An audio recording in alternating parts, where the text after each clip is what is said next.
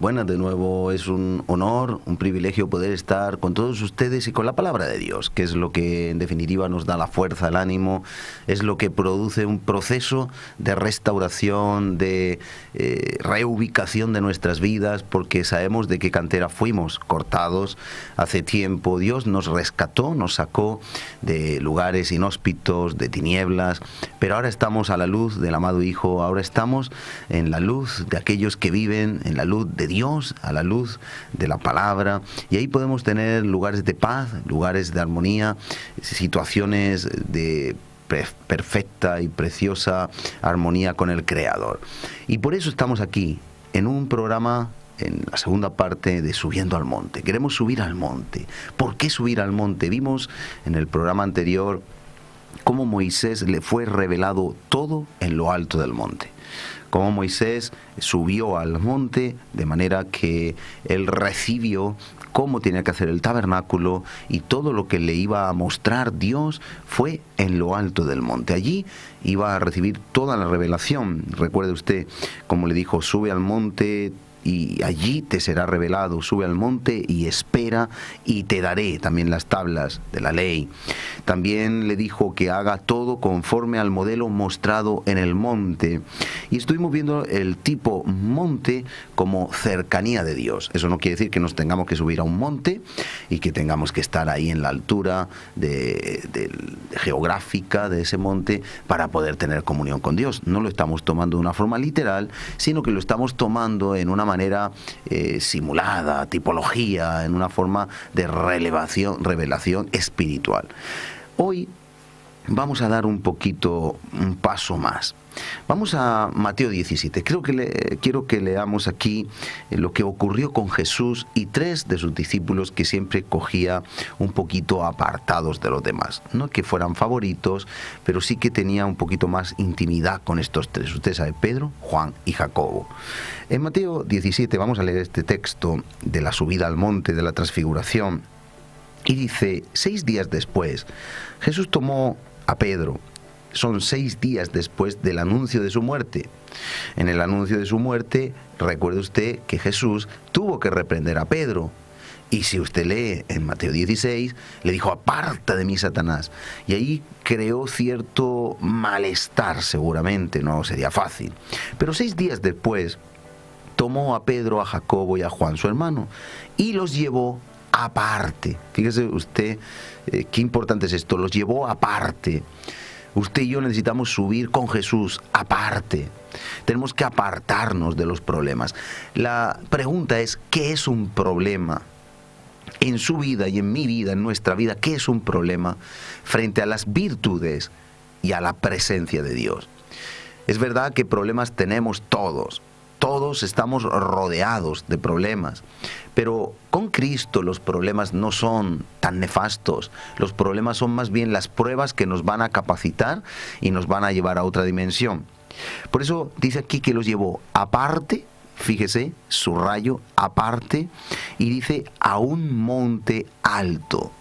Luego, ese aparte y un monte alto nos recuerda lo que ya vimos de subir al monte, a un lugar apartado, a tener intimidad con Dios. Necesitamos intimidad con Dios. Usted y yo necesitamos intimidad con Dios.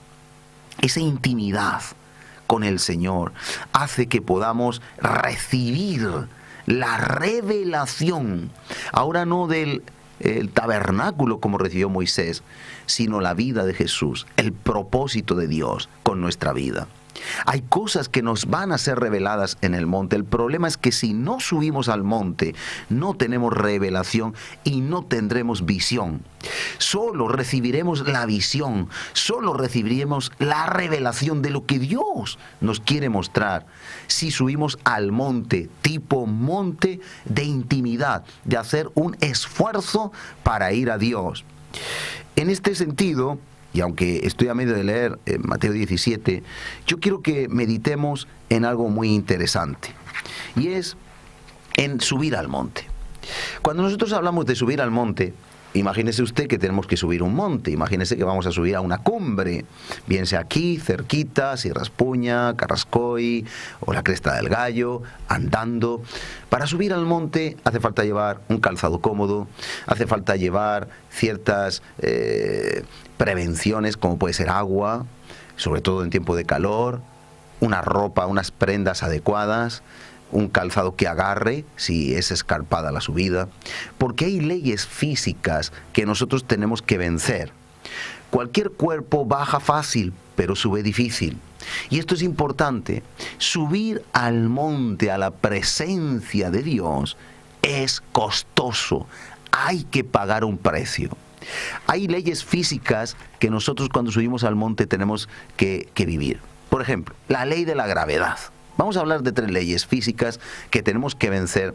Pero usted sabe que en Hebreos dice, que todo lo que, Hebreos 11:3, todo lo que nosotros vemos ha sido hecho de lo que no vemos para que así podamos ver el mundo espiritual. Mire, en la ley de la gravedad, todo cuerpo, por su propio peso, es atraído por una ley de gravedad, que la Tierra atrae los cuerpos, es como un magnetismo, es como una imantación. Entonces, la ley de la gravedad dice que todo cuerpo es atraído por una fuerza que hace que todo lo que está alto caiga hacia abajo. De modo que cuando nosotros vamos a subir arriba, usted da un salto, bota, y aunque usted suba, va a bajar. Luego requiere subir un monte, requiere un esfuerzo, requiere un sacrificio, requiere poner toda la energía de un ser humano en movimiento para subir al lugar alto. Y esto, permítame decirle, no es cómodo, no es fácil, no es sencillo, pero sí es posible. Así subir al monte en nuestra carne nos cuesta, porque nuestra carne es polvo, y de alguna manera nos quiere llevar al valle, a lo confortable. Por ejemplo, cuando en Génesis Dios dijo, comerás, Adán, por culpa del pecado, comerás con el sudor de tu frente, labrarás, trabajarás la tierra, y ella producirá cardos, espinos, malas hierbas. Si nos damos cuenta, ahora tenemos que trabajar. Y no todo el mundo está dispuesto a trabajar para lograr ese pan diario. No todo el mundo quiere pagar el precio. Hay personas que usted sabe que están todo el día sedentarias, acostadas, perezosas, que no dan un palo al agua, si me permite la expresión. De algún modo, el ser humano tiende en su carne al abandono, a la apatía. Subir al monte en lugar de responsabilidad, de revelación de Dios, en lugar de tomar el sacerdocio, en lugar de tomar la cabeza del hogar, el lugar, el rol del sacerdote, la esposa, por ejemplo, el ser esa esposa que el marido está en ella confiada, que atiende bien todos los asuntos del hogar, que honra, que respeta al esposo, todos los roles que la palabra de Dios nos pone, o simplemente obedecer y servir con honra a nuestros jefes, aunque sean difíciles de soportar. Nosotros sabemos, hay multitud de tareas que son bíblicamente exigidas a cada uno de nosotros, seamos padres, hijos, empresarios, trabajadores, que nos va a costar. Subir al monte, hay que pagar un precio, porque la carne quiere estar abajo.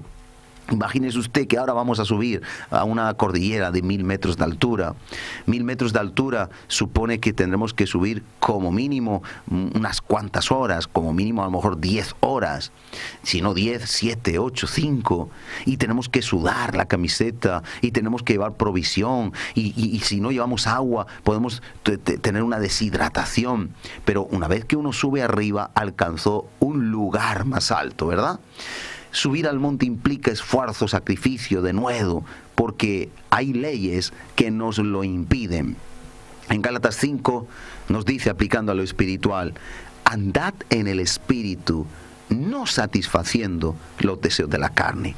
Subimos a las alturas espirituales renunciando a lo terrenal.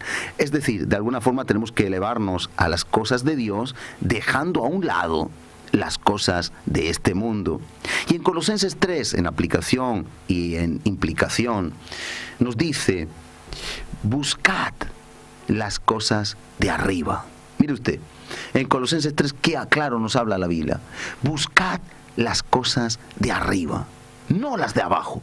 Dice, en las cosas de arriba está escondido Cristo, está escondida la vida, la verdadera vida. Si habéis resucitado con Cristo, buscad arriba. Y esto nos tiene a nosotros que sacudir. Como dije en la anterior ocasión, esto no se trata de que nos busquemos montes y los subamos y escalemos. No.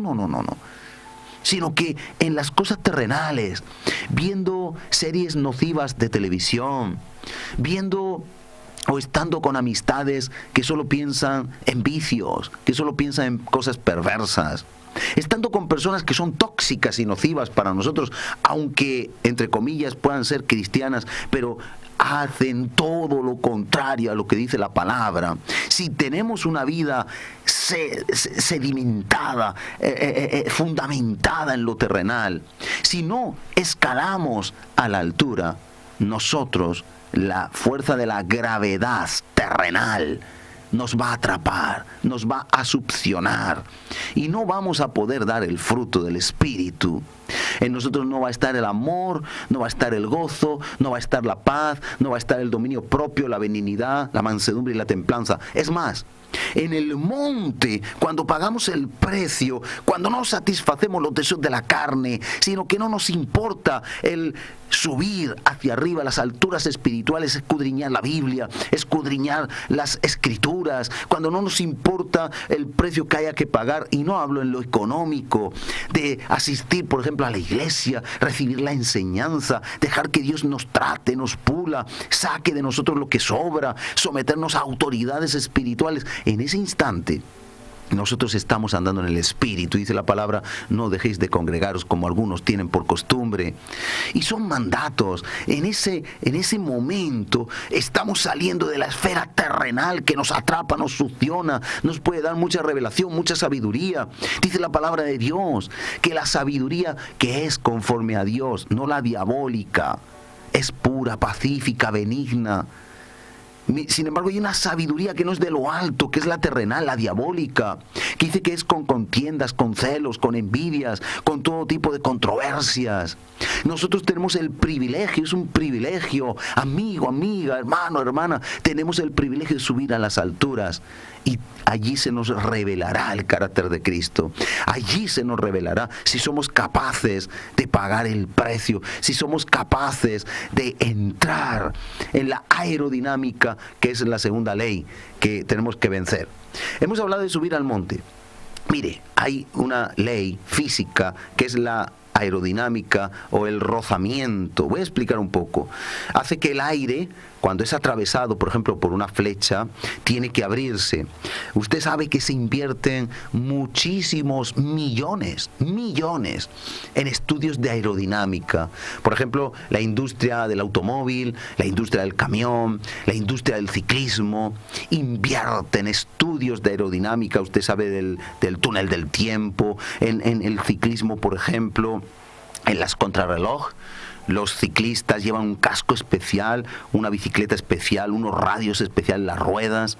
Usted sabe que la aerodinámica es tan importante porque con menos esfuerzo y mejor aerodinámica se puede conseguir un resultado más óptimo. En otras palabras, dos ciclistas con la misma fuerza, sin embargo, con mejor aerodinámica uno que otro, puede llegar antes a la meta y cruzar la línea de meta el que tiene mejor aerodinámica. Entonces, en los túneles del viento ponen esas bicicletas, esos cascos, hacen estudios para que la curvatura, la aerodinámica haga que la persona que entra en ese túnel del viento tenga el mínimo roce para que pueda con el mismo esfuerzo, con la misma energía, llegar aún más lejos. De ahí yo saco una conclusión bíblicamente en Hebreos 12. Vamos a Hebreos 12, que usted lo conoce igual que yo, ya seguiremos con Mateo, y dice: por tanto, nosotros teniendo en derredor nuestro tan grande nube de testigos, después hablo de eso, dice: despojémonos de todo peso y del pecado que nos asedia y corramos con paciencia la carrera que tenemos por delante. Es decir, el peso y el pecado que nos asedia, el peso son las cosas que nos hacen no poder subir al monte. Nadie subiría al monte con 2 maletas de equipaje de un vuelo a Nueva York. Nadie iría al monte cargado con un montón de trastos y chismes. Uno puede ir así a la esquina, uno puede ir a la parada de autobús, pero uno no se va a subir al monte. Recuerde que en el atletismo se busca la zapatilla de menos peso, se busca las prendas de menos peso, y los atletas van con las prendas mínimas para tapar lo básico del cuerpo. A menos prendas, más ligereza. La Biblia nos habla de eso. Para subir al monte hemos de quitar todo peso y pecado que nos asedia. ¿Y qué nos quiere decir el peso? Bien, pues el peso nos habla claramente de cosas que son externas, mientras que el pecado nos habla de cosas que son internas. El peso nos habla de esas malas amistades, de esas malas relaciones, de esas cosas que nos hacen perder el tiempo, que no siendo pecado, nos usurpan el lugar de Dios, ocupan el lugar de Dios.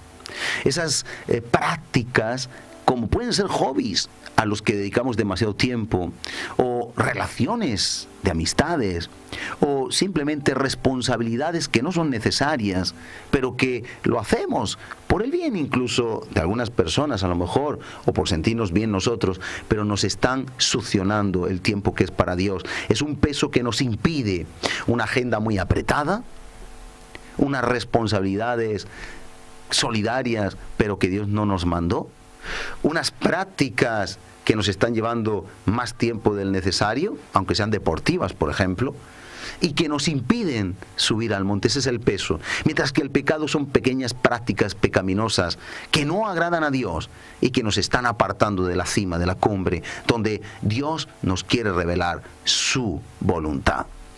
De tal manera que en el ciclismo, incluso en el automovilismo, usted sabe que se estudia que con las ventanillas subidas el coche tiene mejor aerodinámica, si no el aire entra y lo frena, gasta más combustible. Cuando la vaca porta equipajes, está puesta, usted sabe que hay un mayor gasto.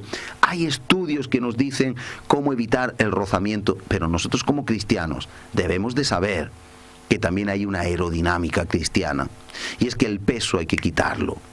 A veces hay que renunciar a las cosas que no nos están siendo de bendición, de ayuda, de apoyo. A veces, por no decir siempre, tenemos que quitar el pecado de nuestra vida. El pecado nos atrapa. El pecado, como dicen Proverbios, el impío será atrapado por las cuerdas, por la iniquidad del propio pecado. Es como una trampa que al final viene contra uno mismo. Y hay otra ley, la ley de la inercia. Yo quiero hablar de esta ley. Usted sabe que hay una capacidad de succión. Los que van abriendo el camino, como cuando en el mismo ciclismo o un camión va adelante y se pone un ciclista o un motorista detrás, hay un surco que se abre. La inercia hace que cuando un cuerpo está en movimiento siga ese mismo camino con más facilidad los que van detrás, porque está abriendo un túnel de viento, como antes hablábamos, pero ya no un túnel ficticio, sino real. Y entonces esto no es algo prefabricado de laboratorio, esto ocurre. Los que van atrás aprovechan el rebufo. El rebufo es el túnel de succión aerodinámica. Así lo define físicamente los diccionarios de física. El rebufo es el túnel de succión aerodinámica. Así que cuando un ciclista va el primero, va abriendo brecha. Pero el que va el último, fíjese, en el pelotón, pero unido, va con facilidad. Usted obsérvelo. El primer ciclista va dándolo todo, por eso si no le relevan se va a quemar, no va a poder. Pero el último ciclista, si usted se da cuenta, va con alegría de pedaleo, va con un pedaleo suelto y con una cara de sonrisa. Es más, parece que corre más que todo, porque va a cola del pelotón. Sí que es verdad que si se descuelga lo va a tener más difícil. Pero cuando alguien está en el rebufo, sobre todo en el centro, cuando hay en el ciclismo, cuando hay viento, hay como una punta de flecha, los que van ahí en el centro van protegidos del viento, y los que tienen que luchar contra el viento, contra estas leyes de aerodinámica, son los que van los primeros. ¿Por qué yo le digo esto? Porque también nosotros podemos aprovechar para no fatigarnos. ¿Y cómo nos dice la Biblia esto? En Hebreos 12:1, ahí mismo lo dice. Mire, leo ahora: por tanto nosotros también, teniendo alrededor nuestro, en derredor nuestro, tan grande nube de testigos. ¿Sabe quiénes son esos testigos? Esos testigos son los de Hebreos 11, los héroes de la fe. ¿Sabe? Esos héroes de la fe abrieron un camino para que usted y yo pasemos sin tanto esfuerzo. Esos héroes, poniendo nosotros los ojos en Jesús, autor y consumador de la fe, como ellos lo pusieron. Nosotros podemos correr con paciencia la carrera que tenemos por delante. Es verdad que tenemos que subir a lugares altos, pero nosotros tenemos que ver que hay otros hermanos, hermanas que han muerto, que han sido sacrificio vivo. Tenemos que ver que hay personas que han dado su vida, han entregado todo, no han escatimado nada. Han sido un fiel reflejo del amor de Cristo, como lo fue Esteban, como lo fue Pablo, como lo fue Pedro. Es verdad que otros abandonaron, pero no olvidemos, como si fuera precisamente el rebufo, ese túnel de succión, nos debe de introducir tanto el amor de Cristo, que es lo que nos constriñe, es lo que nos motiva, es lo que nos empuja, tanto el amor de Cristo como también esa gran nube de testigos que dieron su vida. Mire lo que dice en Hebreos 11:33, por fe conquistaron reinos, hicieron justicia, alcanzaron promesas, taparon bocas de leones, dice, apagaron fuegos impetuosos, evitaron filo de espada, sacaron fuerzas de debilidad. Son testigos que han abierto un camino. Nosotros estamos bajo esa misma brecha que se ha abierto en el viento, en la dificultad. Nosotros podemos pasar por ahí. Si ellos pudieron, podemos. Si Sadrach, Mesach y Abednego pudieron pasar por ese horno de fuego, nosotros podemos. Si tuvieron la fe, podemos. Si Daniel pudo, podemos. Si Pablo pudo, podemos. Si Esteban pudo, podemos. Estamos capacitados. Ellos abrieron un camino. Pero no olvide algo: el precursor del camino fue Jesús. Dice en Hebreos 6:20, como es nuestro precursor, punta de flecha, aunque otros fueron anteriores. Dice en Hebreos 6, dice desde el 19, tenemos la fe como segura y firme ancla del alma que penetra hasta dentro del velo, donde Jesús entró al lugar santo, al lugar santísimo, a la misma presencia de Dios. Dice que entró como precursor, el primero que entró al lugar santísimo, la punta de flecha, el precursor fue Jesús. Dice donde Jesús, Hebreos 6:20, entró por nosotros como precursor, como cabeza, como punta de flecha. Dice, hecho sumo sacerdote para siempre según el orden de Melquisedec. Jesús entró, y por eso dice también en el libro de Hebreos que nosotros ahora podemos entrar confiadamente al trono de la gracia. El precursor Jesús, en aquel momento que dijo, consumado es, en tus manos, dijo después, encomiendo mi espíritu. Allí cuando él expiró, el velo se rasgó, lo que dividía el lugar santo del Santísimo fue rasgado de arriba abajo. La misma mano de Cristo, la misma mano de Dios, en un sacrificio que agradó al Padre, abrió el velo, y en ese sacrificio él fue precursor. Entró al lugar santísimo, quitó el impedimento y nos da entrada a la presencia de Dios. Ahora usted y yo, dicen Hebreos, podemos entrar confiadamente ante el trono de la gracia para allí encontrar el oportuno socorro. ¡Aleluya! Es una bendición que tenemos los hijos de Dios. Es una bendición. Él abrió el camino. Así como abrió el camino el poder de Dios a través de Moisés para atravesar el Mar Rojo, Jesús abrió el camino a la salvación, a la santidad, al lugar santísimo, a lo alto del monte, a recibir la revelación de Dios. Si usted y yo tenemos problemas, tenemos un monte que subir, tenemos un camino que recorrer, tenemos un ejemplo que imitar, tenemos una gran nube de testigos a la cual tenemos que seguir en ese rebufo o túnel de succión. Tenemos que ser succionados por el amor, por el reto de Dios, porque Él le ha escogido a usted, no para estar en el valle, no para estar en la depresión, no para estar en cabeza baja y en tristeza. Nos ha escogido para subir a las alturas. Así que qué bonita esta enseñanza, que podamos aplicarla, que podamos vivirla con nuestro precursor Jesús. ¿Qué le parece si oramos? ¿Qué le parece si le pedimos a Dios que en esta semana, hasta el próximo programa, que seguiremos avanzando con el monte de la transfiguración, donde veremos que los discípulos se olvidaron de lo de abajo y querían quedar arriba? ¡Qué bonito! Es verdad que hay que pagar un precio para subir, pero una vez que estamos arriba, nos queremos quedar allá. ¿Qué le parece si oramos? Padre, en el nombre de Jesús, estamos en tu presencia en esta mañana.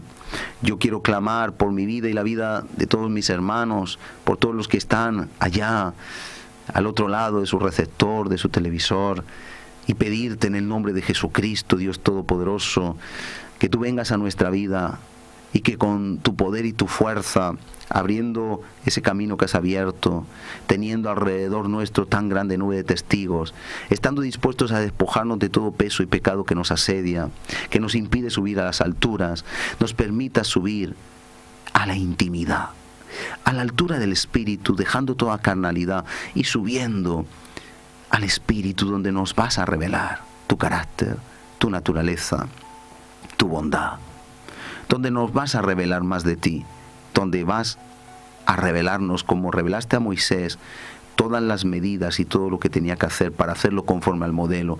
Nos vas a revelar el modelo que eres tú para nosotros. Te ruego en el nombre de Jesucristo, en unidad con todos aquellos que tienen la misma fe, que logres en nosotros que seamos, como dice en Romanos 8, conformes a la imagen de nuestro hermano primogénito, el mayor de todos nosotros. Dice en Romanos 8 que seamos hechos como propósito de Dios conforme a la imagen de Cristo. Dice también en Efesios que alcancemos la estatura del varón perfecto. Queremos llegar a ser como Jesús y para eso subimos al monte de la revelación de Dios. Gracias, Señor. Lógralo en todos. Si hay personas que están en valle de depresión, en el nombre de Jesús declaramos que tú eres poderoso para levantarles. Ahora, que confíen en ti, que miren alrededor, que miren al precursor que eres tú, Jesús, y que confíen en ti, que tu mano les va a sostener y a levantar. Así se ha hecho, en el nombre de Jesús. Amén. Y con esta oración nos despedimos con gozo, con alegría, con un reto. La semana que viene, cuando esté usted en el monte, conectamos de nuevo y vamos a ver qué Dios nos dice. Dios le bendiga en el nombre de Jesús.